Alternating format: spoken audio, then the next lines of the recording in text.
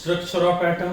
आता शेवटच्या पार्टकडे आपण आलो आहे, ते म्हणजे इलेक्ट्रॉनिक कॉन्फिगरेशन. इलेक्ट्रॉनचं डिस्ट्रीब्युशन कोणत्या मूलद्रव्यात आता कसं झालेलं आहे ते आपल्याला पाहायचं आहे. मी अगोदर एलिमेंट लिहितो.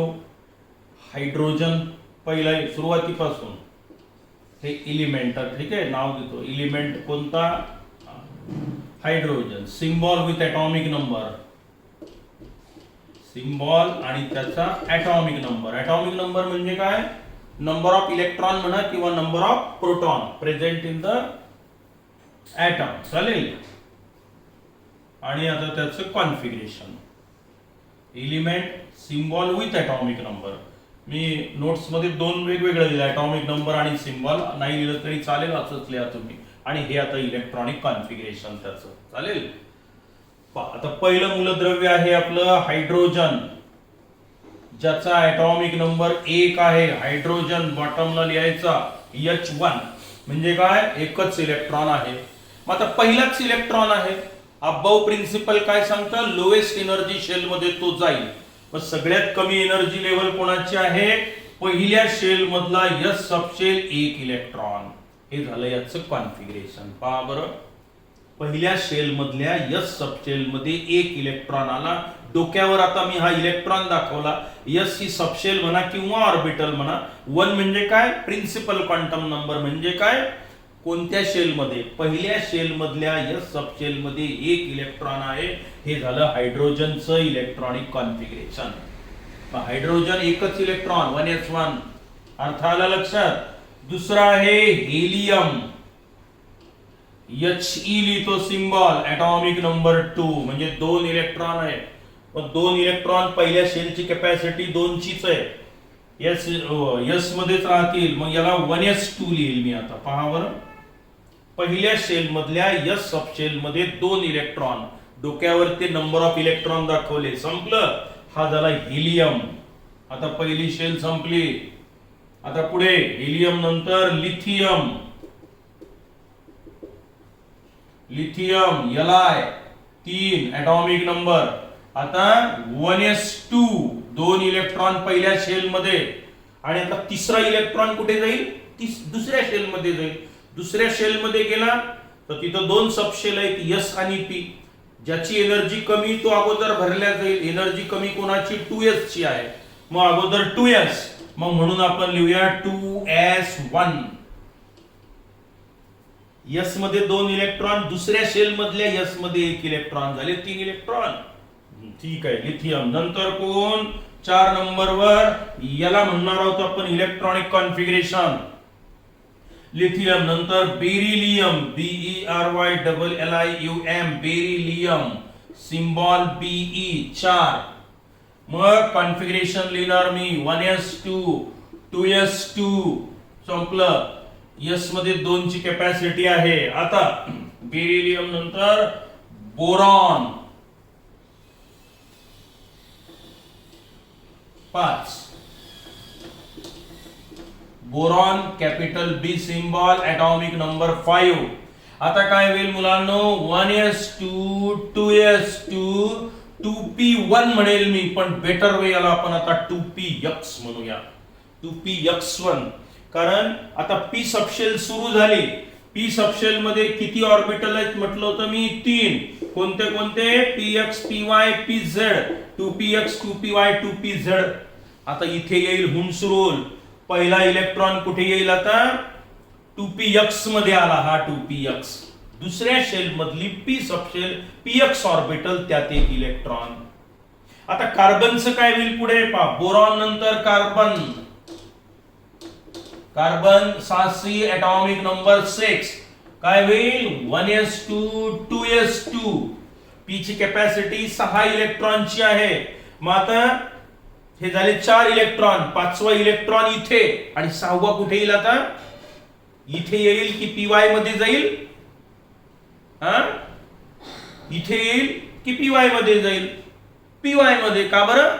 Hund's rule of maximum multiplicity नुसार हा इथे जाईल. पेअरिंग होईल का? नाही.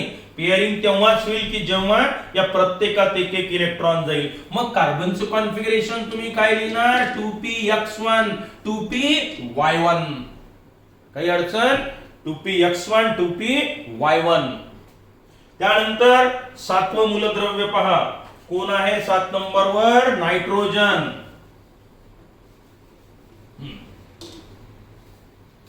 कार्बन नंतर आता नायट्रोजन. पाठ केले आहेत ना मूलद्रव्य ऍटॉमिक नंबर नुसार? 30 मूलद्रव्य पाठ करायचे सांगितलेले तुम्हाला, पाठ झाले असतील. नायट्रोजन 7. काय होईल कॉन्फिगरेशन पहा बरं. आता पहिल्या शेल मध्ये 2 इलेक्ट्रॉन 1s2 2s2. आता 4 तर झाले, 3 इलेक्ट्रॉन कुठे कुठे राहतील ते? पहिला 2px 2py आणि आता कुठे जाईल तो? 2pz. इथे पेअरिंग होईल का? नाही, कारण हे रिकामा आहे तोपर्यंत पेअरिंग होणार नाही. मग काय लिहाल? 2px1 2py1 आणि 2pz1. हे अनपेअर्ड इलेक्ट्रॉन फारच महत्वाचे असतात.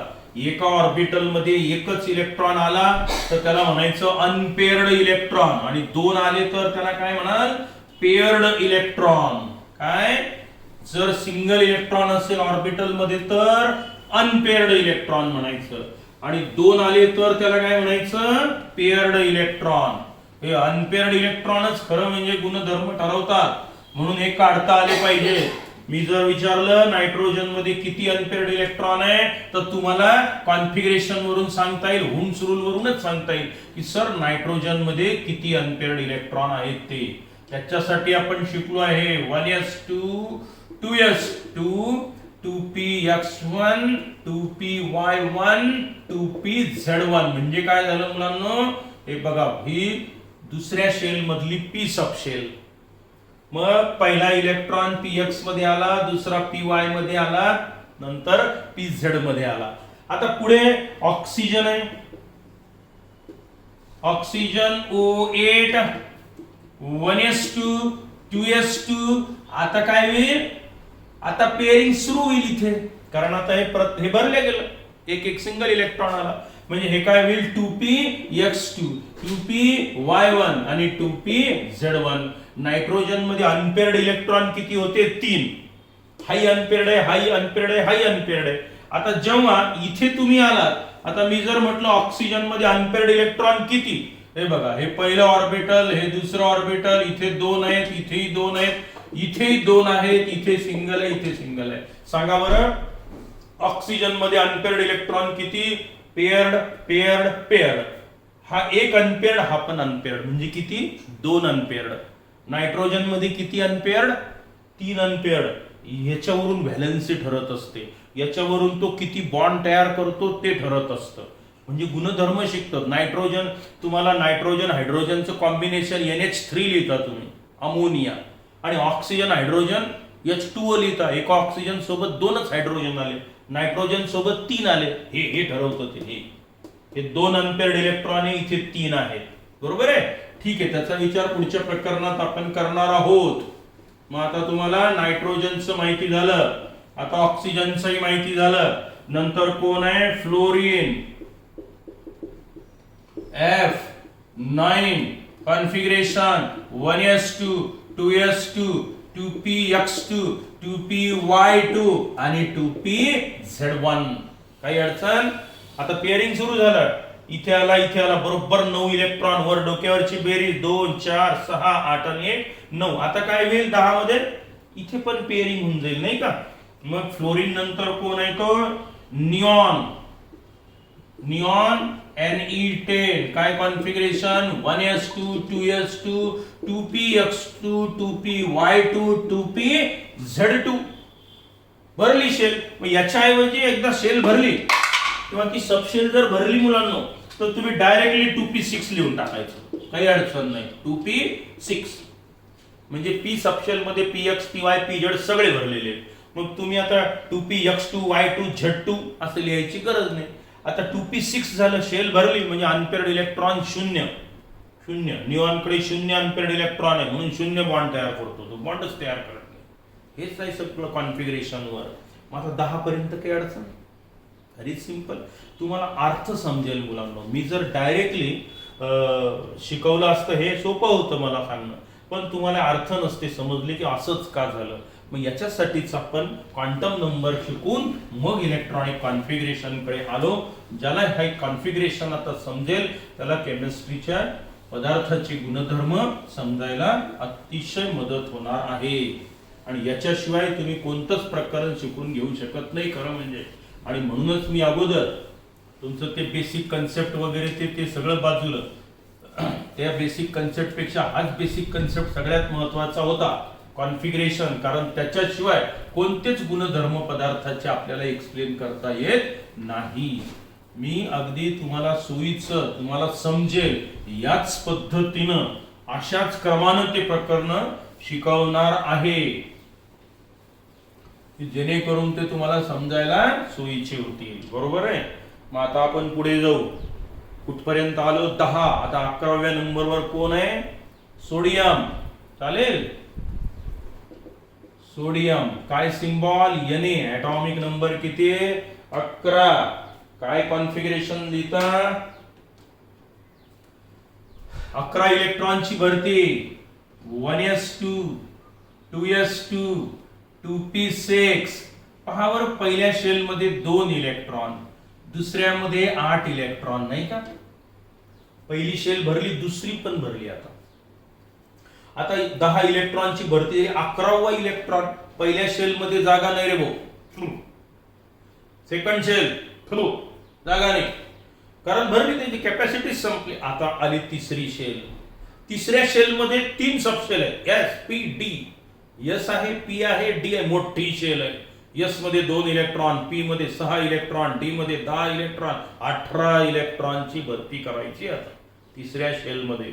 मग नियम, Pauli's exclusion principle, Hund's rule of maximum multiplicity, aufbau principle. Aufbau principle म्हणतात ज्याची एनर्जी कमी ती अगोदर भर. मग मी आता एस पी डी मध्ये कोण जवळ आहे न्यूक्लियसला? एस कडे चाललो.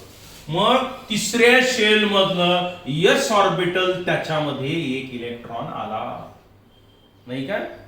हे निऑनचं कॉन्फिगरेशन आहे बघा. 8 आणि 2 10. हे शॉर्टकट, याला कंडेन्स्ड कॉन्फिगरेशन असं लिहितात. हे शॉर्टकट निऑनचं एवढंच लिहून टाकायचं, निऑन 10 आणि 3s1. हे आउटर कॉन्फिगरेशन असं लिहितात बऱ्याच वेळेला. त्याची गरज नाही, मी आल्यावर सांगतो तुम्हाला, पण नोट्स मध्ये लिहू नाही दिले. याला काय म्हणायचं? कंडेन्स्ड. याचे पुन्हा पुन्हा लिहायचं काम नाही, सारखं सारखंच आहे. हे निऑनचं, त्याच्या समोर जे बाहेरच्या शेल मधलं फक्त काय आलं? 3s1. ठीक आहे. तुम्ही ते पाठ केलं तुरतं तरी चालेल, नाही केलं तरी चालेल. आता हे असं लिहायची गरज नाही. पहिल्या 2, दुसऱ्यात 8 वगैरे पहा. हे एवढंच कॉन्फिगरेशन झालं सोडियमचं. कंडेन्स्ड वाटलं तर लिहा, निऑन आणि 3s1. सोडियम नंतर कोण? 12 number magnesium. Mg symbol. 12 atomic number, 12 इलेक्ट्रॉनची भरती. 1s2 2s2 2p6 3s2. म्हणजेच काय? निऑन 10 आणि 3s2. इथे काय? हे निऑन 10 3s1. हे काय म्हणायचं? त्याला कंडेन्स्ड कॉन्फिगरेशन. ते लिहू शकता तुम्ही, पण परीक्षेत विचारताना हे विचारतात. गुणधर्म एक्सप्लेन करायचे असेल तर हे पण महत्वाचं असतं, कारण आतले इलेक्ट्रॉन भाग नाही घेत रासायनिक अभिक्रियेत, फक्त बाहेरचे. म्हणून हे असंही आपण लक्षात ठेवणार आहोत. पुढे जाऊ 12 वरून 13 वर. मग 13 म्हणजे कोण? ॲल्युमिनियम. बरोबर, Al. 13 number 1s2 2s2 2p6. पहिली शेल भरली, दुसरी भरली. आता 3s2 भरली. आता कोण झालं सुरू? 3p सुरू झाली. p सुरू झाल्यावर px py pz. अगोदर कोण येतो? px. ते पहा 3px. बरोबर 13 इलेक्ट्रॉनची भरती, नाही का? कंडेन्स्ड कॉन्फिगरेशन लिहायचं. हा निऑन 10 3s2 आणि 3p1 डायरेक्ट असं लिहायचं. px py pz लिहायची गरज नसते, ते तुम्हाला माहित आहे, असं गृहीत धरलं जातं. कंडेन्स याचा अर्थच आहे की शॉर्टकट लिहिणे. 3p1 लिहा, नो प्रॉब्लेम. तसंच हे 3p ओरिजिनली जर पाहिजे असेल तर 3px1. याच्यावरून तुम्हाला समजतं की ॲल्युमिनियम मध्ये एकच अनपेअर्ड इलेक्ट्रॉन आहे, हे सगळे पेअर्ड आहेत. पुढे silicon. 14 number Si14 1s2 2s2 2p6 3s2 नंतर 3px2. नाही सर, नाही का बरं? हुंड्स रूल करेक्ट, बरोबर ओळखलं सगळ्यांनी, कळलं मला तुमचे चेहरे. मग 3px1 3py1 काही बिघडलं आता? तुम्ही आणि मी बरोबर ट्रॅकवर चाललोय. कोणाच्या नियमाचं पालन करतो आपण? हुंड्स रूलच्या इथे. म्हणजे हे झालं कॉन्फिगरेशन. शॉर्टकट पाहिजे असेल तर हे निऑन 10 3s2 आणि 3p2 डायरेक्ट तूच लिहा. xy लिहायची गरज नाही कंडेन्स्ड मध्ये, चालेल? हे असं कंडेन्स्ड कॉन्फिगरेशन. आपल्याला हे जास्त महत्वाचं आहे. नंतर पाठांतर झाल्यावर मग हे लिहित जाऊ आपण. ते फार सोपं आहे, आतलं लिहायची गरज नाही. हे सगळ्यांचं सारखंच आहे. पाहे हे एवढं. याच्याऐवजी मी काय लिहितो? निऑन लिहितो. काय बिघडलं आहे की नाही? आता कोण आहे 15 नंबरवर? फॉस्फरस. मला नाही लिहायचं, जो आठवला तो फिक्स आहे ते. नाही तर बस मला वाटलं मला तो आठवला तो अगोदर लिहिला नाही, हे बदलायचं नाही. ॲटॉमिक नंबर 15 15 इलेक्ट्रॉन आहेत किंवा 15 प्रोटॉन आहेत न्यूक्लियस मध्ये. काय होईल distribution? 1s2 2s2 2p6. Okay. आता 3s2 नंतर 3px1 3py1 3pz1. काही अडचण? Condensed configuration. हे निऑन नंतर 3s2 आणि हे 3p3 एवढंच लिहायचं. 16 नंबरवर कोण आहे? सल्फर. सल्फर कॅपिटल S 16 लिहा configuration. 1s2 2s2 2p6 3s2 3px2. आता पेअरिंग सुरू झालं. 3py1 3pz1. Configuration neon 3s2 3p4 direct लिहून टाका. 4 इलेक्ट्रॉन p मध्ये आले, 2 3 4 डायरेक्ट लिहा. किंवा हे झालं कॉन्फिगरेशन. फॉस्फरस मध्ये 3 अनपेअर्ड इलेक्ट्रॉन, सल्फर मध्ये 2, बरोबर आहे. सिलिकॉन मध्ये पण 2 अनपेअर्ड इलेक्ट्रॉन दिसतात. ऍल्युमिनियम मध्ये हा 1 अनपेअर्ड दिसतो. म्हणजे नंबर ऑफ अनपेअर्ड इलेक्ट्रॉन काढता येणं फार आवश्यक आहे. आणि त्याच्यासाठी हे तिन्ही नियम पण माहिती आहे. सल्फर नंतर 17 वर कोण आहे? कोण? मोठ्याने बोला. क्लोरीन. करेक्ट. नंतर 18 नंबर वर आर्गॉन, नंतर पोटॅशियम, नंतर कॅल्शियम. बरोबर. पाठ झाले सगळ्यांचे. व्हिडिओला लाईक करत चला, कमेंट देत चला. नाही समजलं तर विचारत चला. खूप सुंदर सुंदर छान छान कमेंट करतात काही मुलं.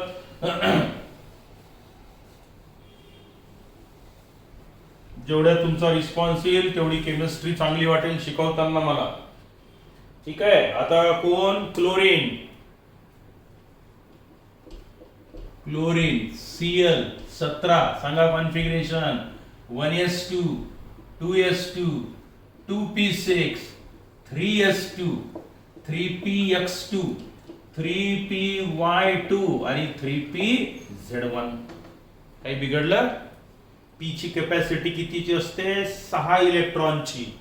मग 2 2 4 आणि 1 5 एकच अनपेअर्ड इलेक्ट्रॉन आहे क्लोरीन मध्ये. आता हे इथपर्यंतचं कॉन्फिगरेशन कोणाचं आहे? निऑनचं. हे निऑन. मग 3s2 आणि 3p5 हे झालं त्याचं कंडेन्स्ड कॉन्फिगरेशन. चालेल.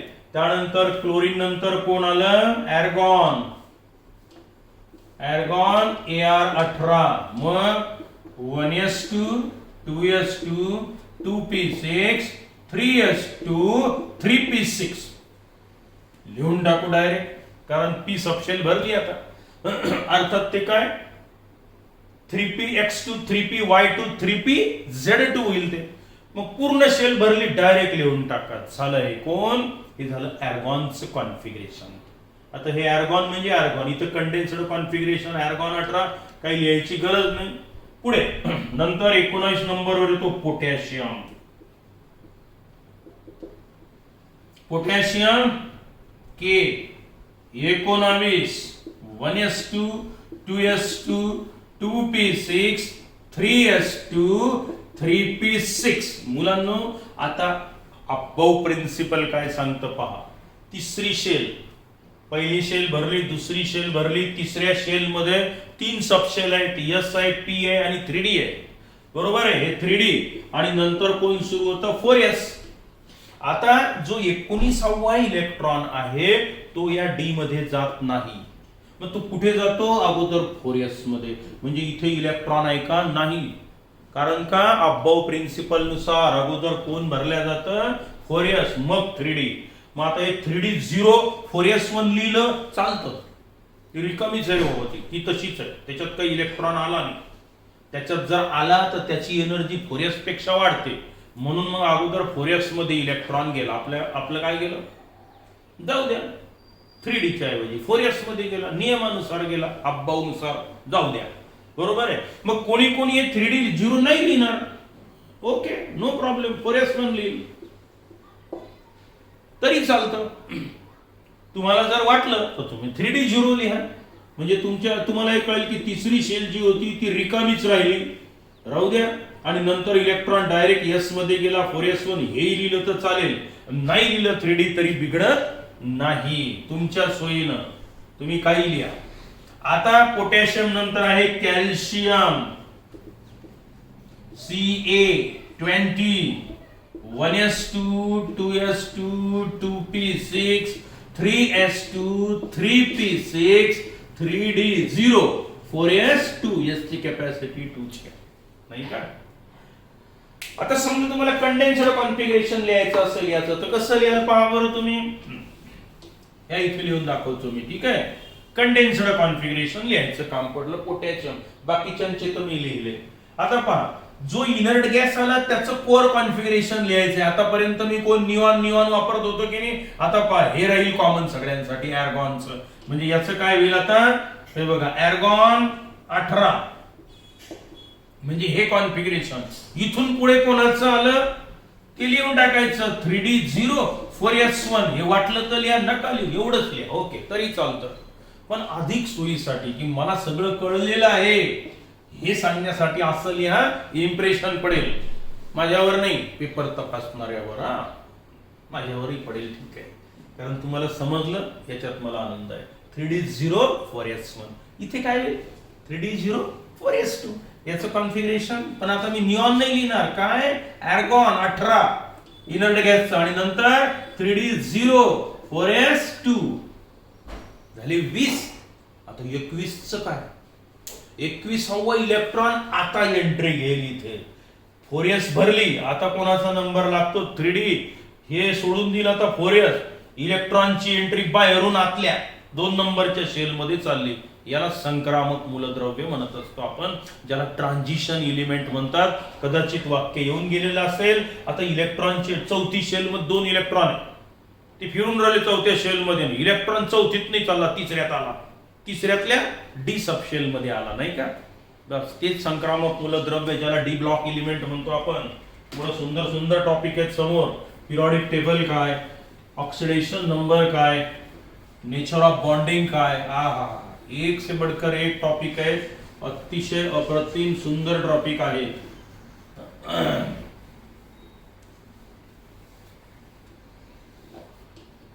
आता आपण जाऊया पुढे. 30 पर्यंत मूलद्रव्य पाठ झाले पाहिजेत मुलांनो. आता स्कॅन्डियम 21 काय कॉन्फिगरेशन होईल, 1s2 2s2 2p6. पहिली शेल भरली, दुसरी भरली, 3s2 3p6, त्यानंतर 3d आणि 4s. तर 4s भरलेलीच आहे, आता 4s2 भरलेली आहे. आणि आता 21वा इथे झाले 20 इलेक्ट्रॉन बरोबर. आता 21वा इलेक्ट्रॉन 3D मध्ये येतो. आता ते dxy yz zx ते काही लिहित नाही मी, चालेल. तुम्हाला माहिती आहे हुन्स रूल काय आहे. पहिले dxy मध्ये जाईल, मग yz मध्ये जाईल, मग xz मध्ये जाईल, मग x² y² मध्ये जाईल, मग dz² मध्ये जाईल. त्याच्यावरून तुम्हाला नंबर ऑफ इलेक्ट्रॉन काढता येतात. मी आता ते काही दाखवत नाही, ते सरळ d1 d2 d3 लिहून टाकतो, बरोबर आहे. ते तुम्हाला काढता येईल पुढे. स्कॅन्डियम नंतर टिटॅनियम, स्कँडियम नंतर titanium 22 1s2 2s2 2p6 3s2 3p6 3d2 4s2.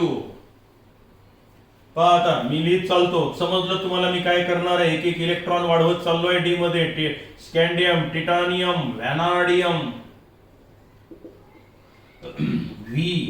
V23 1s2 2s2 2p6 3s2 3p6 3d3 4s2. Chromium Cr24 1s2 2s2 2p6 3s2 3p6 3d5 4s1. त्यानंतर क्रोमियम नंतर 25 number scandium, titanium, vanadium, chromium, manganese. Mn25 1s2 2s2 2p6 3s2 3p6 3p5 4s2. त्याच्यानंतर iron Fe26 1s2 2s2 2p6 3s2 3p6 3d6 4s2. 6 7 8 8 9 10 6 16 17 18 19 20 6 26 बरोबर. Iron नंतर कोण? Manganese. Iron cobalt 27 cobalt CO27. चला एक एक electron D मध्ये 1s2 2s2 2p6 3s2 3p6 3d7 4s2 बरोबर. आता कोबाल्ट नंतर निकेल 28 निकेल Ni28. लिहावर कॉन्फिगरेशन तुम्ही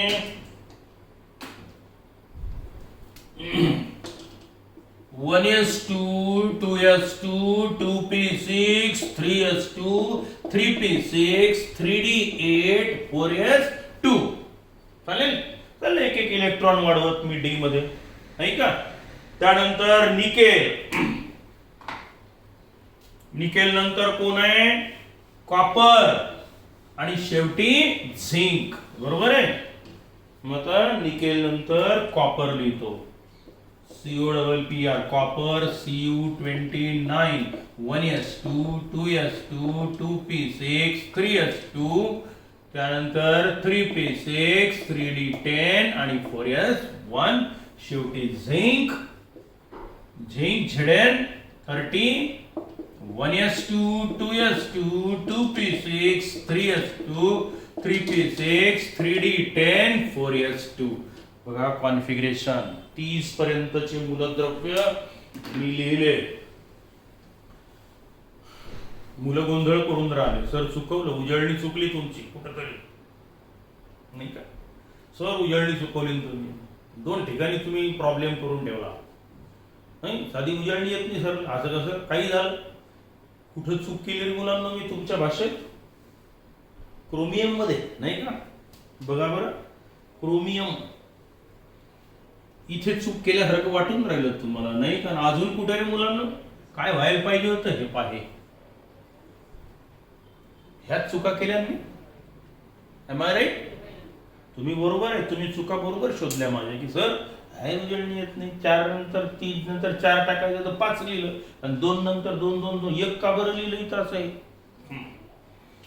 याला म्हणतात अपवाद. एक्सेप्शन्स. Chemistry exception. नियम काही वेगळाच सांगतो, कॉन्फिगरेशन काही वेगळंच आहे. क्रोमियम आणि या कॉपरचं कॉन्फिगरेशन आपल्या नियमापेक्षा किंचित वेगळं आलं. काय पाहिजे होतं मुलांना? इथे 3d4 4s2 पाहिजे होतं, नाही का. काय झालं? 3d5 4s1 झालं. असं का झालं? कॉपर मध्ये 3d9 4s2 पाहिजे होतं, ते 3d10 4s1 झालं. माझी उजळणी चुकली नाही. हा अपवाद आहे. हे अपवाद का आले, असा बदल का झाला, याचा विचारही आपण करणार आहोत. मोठं सुंदर कारण आहे त्याला, त्याचा विचार आपण आता जो छोटासा पार्ट आला, व्हिडिओची लांबी वाढत चालली आपल्या, तो पार्ट आपण कंप्लीट करूया पुढच्या तासाला. ठीक आहे. ह्या चुका नाहीये, हे असंच लिहा. हे चुका नाहीत, हे अपवाद आहेत आणि अपवादाचं उत्तर मी तुम्हाला पुढच्या लेसन मध्ये देईल. तोपर्यंत गुड बाय.